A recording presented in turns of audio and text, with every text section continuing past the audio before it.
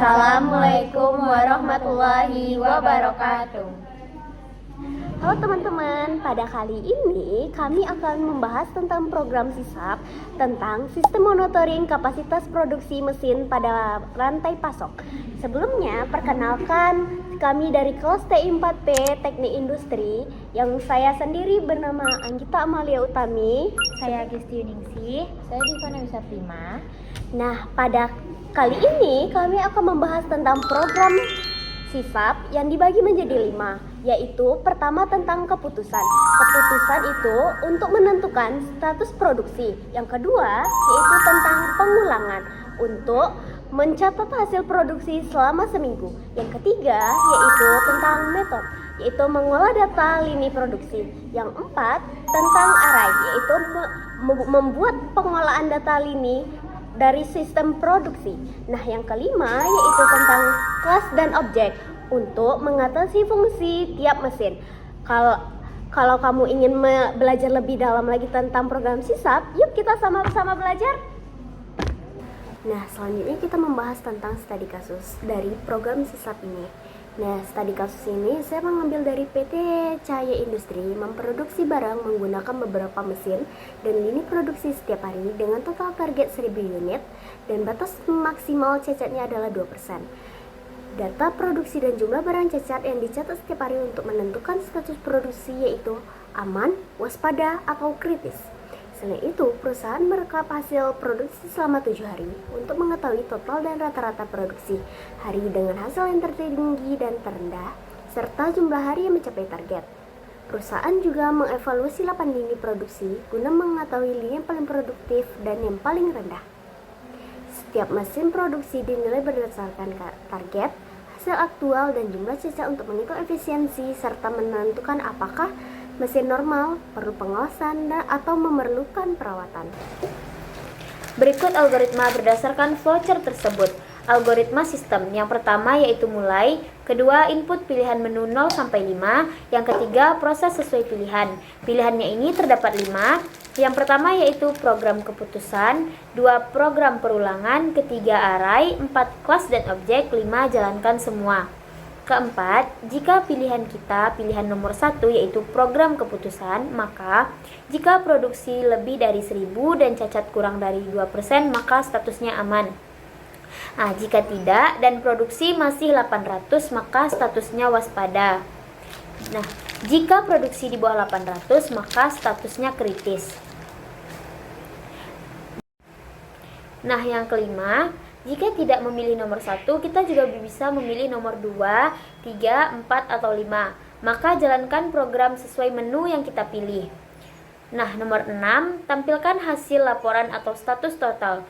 7, kita bisa tanya, pilih menu lagi. Jika kita pilih ya, maka dia akan kembali ke langkah 2, input pilihan menu. Jika tidak, pilih 0, maka kita akan lanjut ke langkah nomor 8. Langkah nomor 8 yaitu adalah selesai.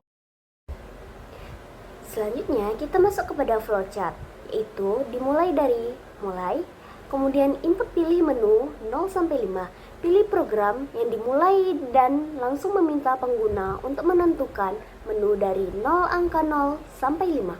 Kemudian masuk kepada proses sesuai pilihan. Sistem memproses sesuai angka yang dipilih. 1 untuk keputusan, 2 untuk perulangan, 3 untuk array, 4 untuk kelas objek, dan 5 untuk menjalankan semua sekaligus. Selanjutnya itu pilih menu 1. Pada menu 1 terdapat program keputusan. Di sini flowchart bercabang. Kalau pengguna memilih menu 1, alurnya memasuki ke logika pengecekan status produksi. Kalau bukan, artinya pilih 2, 3, 4, atau 5. Alurnya langsung menuju ke kotak tampilan hasil. Karena ketiga program itu punya logika sendiri dan tidak digambarkan secara detail, cukup diwakilkan dengan jalur. Nah, pada flowchart selanjutnya yaitu ada tampilan produksi besar sama dengan 1000 dan cacat kecil sama dengan 2%. Kalau pilihannya memang 1, sistemnya mengecek 2 syarat sekaligus.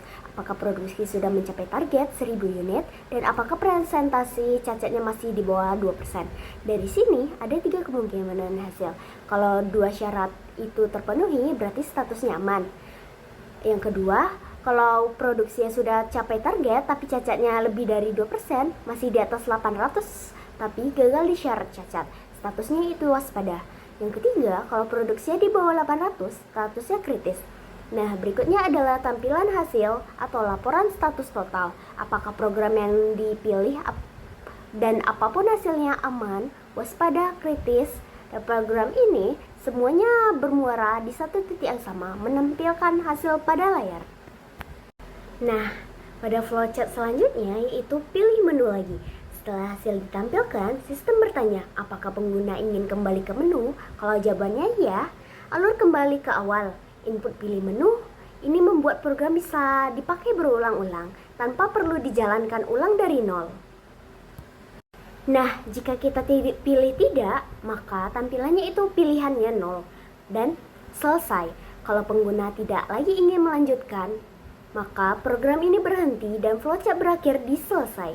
Intinya, flowchart ini menggambarkan program sebagai sebuah loop menu. Setiap kali selesai memproses satu pilihan, sistem selalu kembali bertanya, lanjut atau berhenti, sehingga pengguna berkali-kali mengakses kelima program ini secara berkali-kali dalam satu kali menjelaskan aplikasi. Baik, di sini saya akan menjelaskan tentang keputusan pada program pertama, yaitu di sini kita punya dua kontrakta dengan target bernilai 1000 unit dan batas rejectnya bernilai 2%. Program ini meminta input dua data dari pengguna, jumlah produksi hari ini dan jumlah unit yang cacat.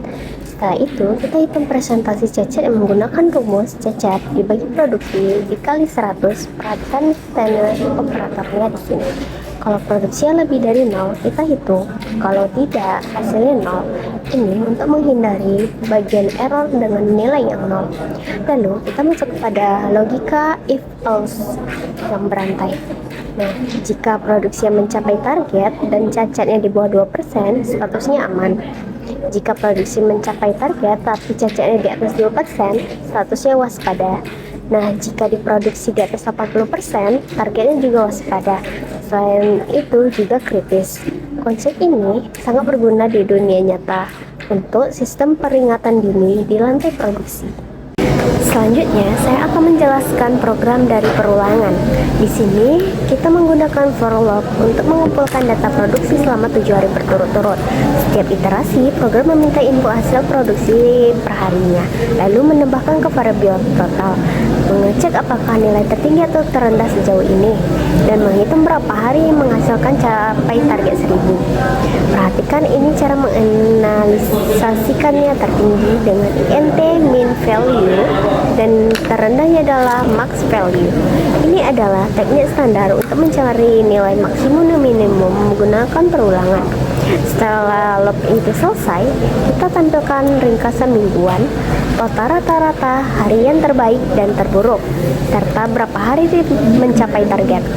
Nah, seperti yang ada di bawah. Jadi kita akan masuk ke program ketiga, yaitu array dan metode. Jadi di sini kita punya data statis dua array yang dibagi pula menjadi dua. Yang pertama itu nama line. Jadi nama line ini menjelaskan bahwa array string berisi nama 8 lini produksi. Yang kedua, kita menjelaskan tentang produksi. Jadi produksi sendiri itu menjelaskan tentang array integer berisi hasil masing-masing lini. Nah, yang menarik di program ini adalah pengguna metode terpisah untuk setiap operasi. Jadi, metode terpisah ini dibagi pula menjadi 5. Yang pertama tuh hitung total. Hitung total ini menjelaskan menjumlah semua elemen array. Yang kedua itu hitung rata, menjelaskan kayak menghitung rata-rata.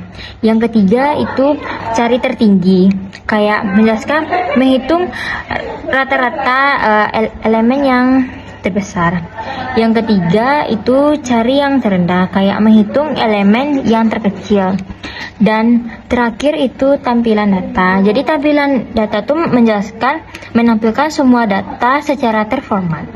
Kenapa kita kembalikan indeks bukan nilai langsung? Karena dengan indeks kita bisa akses dua informasi sekaligus, nama len dan nilai produksinya. Ini adalah pola yang sangat efisien saat bekerja dengan array paralel.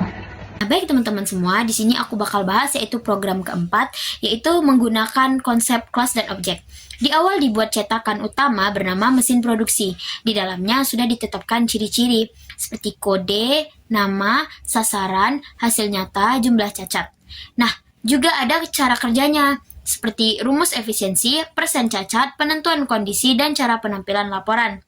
Saat berjalan, program meminta kita memasukkan beberapa banyak mesin yang ada, lalu data masing-masing satu persatu pada mesin tersebut. Contohnya sesuai laporan kita, yaitu yang terdapat 3 mesin, mesin M01, mesin M02, mesin M03. Nah, setelah selesai diisi, program membuat objek mesin satu persatu dan lalu akan menghitung dan memberikannya status. Nanti kalau udah kita masukkan semua nih, bakal muncul statusnya. Statusnya seperti misalkan, jika di atas 90%, efisiensinya berjalan dengan baik. Nah, jika di antara 70 sampai 90, perlu dipantau lagi. Nah, jika di bawah 70, perlu perawatan. Nah, yang dari aku jelasin tadi, itulah fungsi dari objek dan kelas.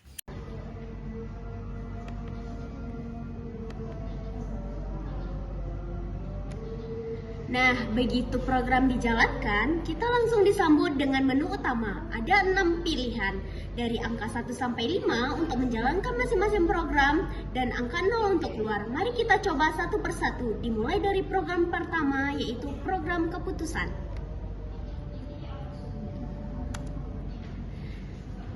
Ya, nah ini merupakan tampilan program keputusan. Kita masukkan jumlah produksi hari ini sebanyak 1050 unit.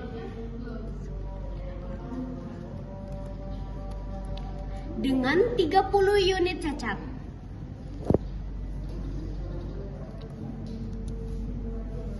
Nah, pada program ini langsung menghitung persentase cacatnya sekitar 2,86%. Karena produksi sudah melebihi target 1000 unit, tapi presentasi cacatnya di atas 2%, maka statusnya muncul adalah waspada dengan keterangan target tercapai, tapi cacat melebihi batas yang ditentukan. Ini menunjukkan bahwa logikanya bekerja dengan baik. Program bisa membedakan antara produksi yang sukses secara kuantitas dan bermasalah dari sisi kualitas. Selanjutnya yaitu program pengulangan. Kita masukkan data produksi selama 7 hari berturut-turut. Setelah semua data dimasukkan, memasukkan datanya dulu. Data pertama kita memasukkan program yaitu 1050. Ya. Program kedua kita memasukkan dengan angka, ulang balik dari program apa? Selanjutnya kita akan menginput program tentang pengulangan.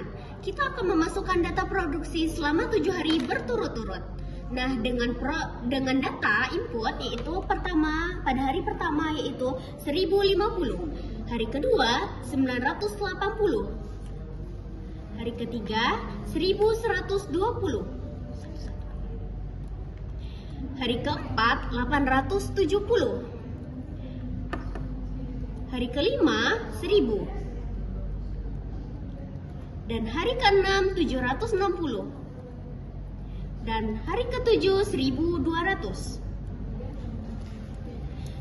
Setelah data dimasukkan, program langsung menampilkan ringkasan total produksi minggu ini, yaitu dengan total 6.980 dengan rata-rata 997,14 dan paling tertinggi yaitu 1.200 pada hari ke-7 dan terendahnya pada 760 pada hari ke-6 dan capaian sasarannya itu 4 dari 7.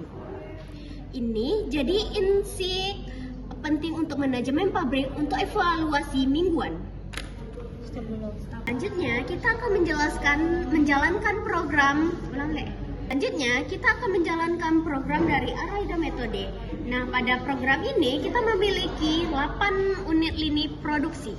Nah, yang pertama lini cetak produksi.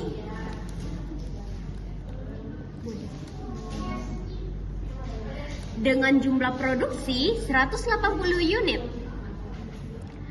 Pada kedua yaitu lini las rangka dengan 145 produksi. Yang ketiga yaitu lini pengecatan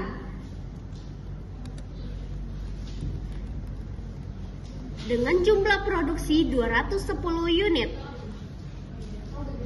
Yang keempat yaitu lini perakitan mesin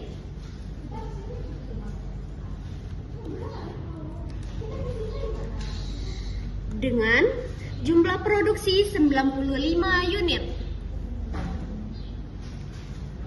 Next, lini perakitan interior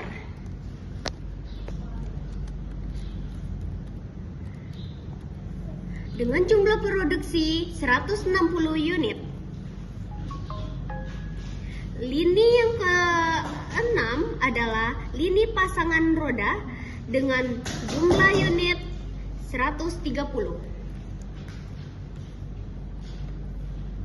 Ketujuh, lini quality control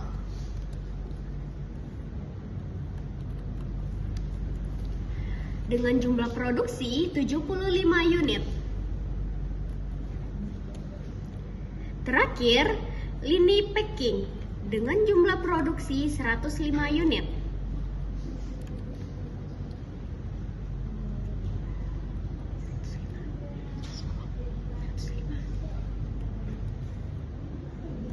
Nah, di sini kita ditampilkan jumlah total dari array dan metode. Jumlah totalnya yaitu 1100 dengan rata-rata 137,50.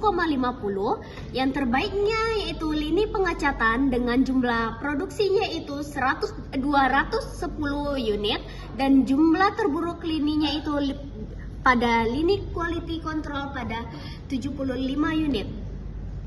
Nah, ini merupakan hasil dari running dari program array dan metode. Nah, kita memperoleh jumlah total yaitu 1100 unit dengan rata-rata 137,50 dan terbaik pada lini pengecatan berjumlah produksi 210 unit dan terburuk pada lini quality control dengan jumlah produksi 75 unit. Selanjutnya kita akan menjelaskan program kelima yaitu kelas dan objek. Pada program ini menampilkan laporan 3 jenis mesin produksi, yaitu mesin pertama M1.